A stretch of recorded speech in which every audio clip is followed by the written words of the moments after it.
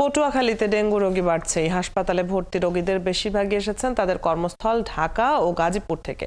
এর মধ্যে শনাক্তের হার বেশি মির্জাগঞ্জ উপজেলায়। তবে স্বাস্থ্য বিভাগের কর্মকর্তারা বলছেন গত বছরের তুলনায় এখনো রোগীর হার কম রয়েছে, কিন্তু পরিস্থিতি নিয়ন্ত্রণে রাখতে সচেতনতার কোনো বিকল্প নেই। আহসানুল কবির রিপনের তথ্য ও ছবিতে প্রতিবেদন। পটুয়াখালীর দশমিনা উপজেলার চানপুরা গ্রামের শাওন খান ঢাকার গুলশানে একটি কোম্পানিতে চাকরি করেন। এক সপ্তাহ আগে হঠাৎ করেই তার জ্বর আসে। পরে রিপোর্টে ডেঙ্গু ধরা পড়ায় তিনি বাড়ি এসে এখন চিকিৎসা নিচ্ছেন পটুয়াখালী মেডিকেল কলেজ হাসপাতালে। কালকে এখানে ভর্তি হয়েছি, তারা দেখছে ডেঙ্গু পজিটিভ নাকি। শারীরিক বলতে শরীর ব্যথা ছিল আর জ্বর ছিল।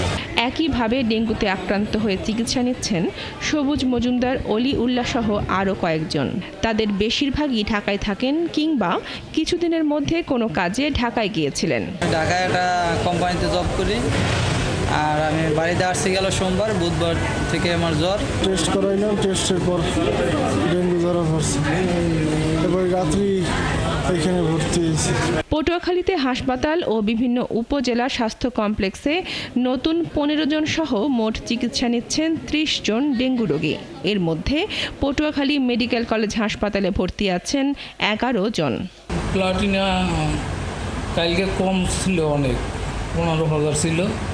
আজকে আবার টেস্ট করাইছি, 19,000 আসছে। ডেঙ্গু ধরা পড়ছে এই 4 দিন আগে। এখন ডাক্তার বলছে ব্লাড দিয়ে তারপরে ঢাকা নিতে।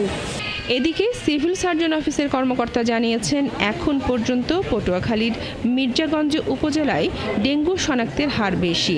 এর কারণ অনুসন্ধান করে পরবর্তীতে ব্যবস্থা নেওয়া হবে। প্রায় অর্ধেকের মতো রোগী মির্জাগঞ্জ উপজেলার, তো এটা একটু অন্যান্য উপজেলা থেকে বেশি, যেটা একটু অ্যালার্মিং। এই বিষয়ে আমরা খোঁজখবর নিচ্ছি, তাদেরকে সতর্ক করা হয়েছে। পটুয়াখালী জেলায় চলতি বছরের শুরু থেকে এ পর্যন্ত 327 জন ডেঙ্গু রোগী শনাক্ত হয়েছে। এর মধ্যে শুধু মির্জাগঞ্জ উপজেলা স্বাস্থ্য কমপ্লেক্সে চিকিৎসা নিয়েছে 153 জন। বনশ্রী হালদার, 71।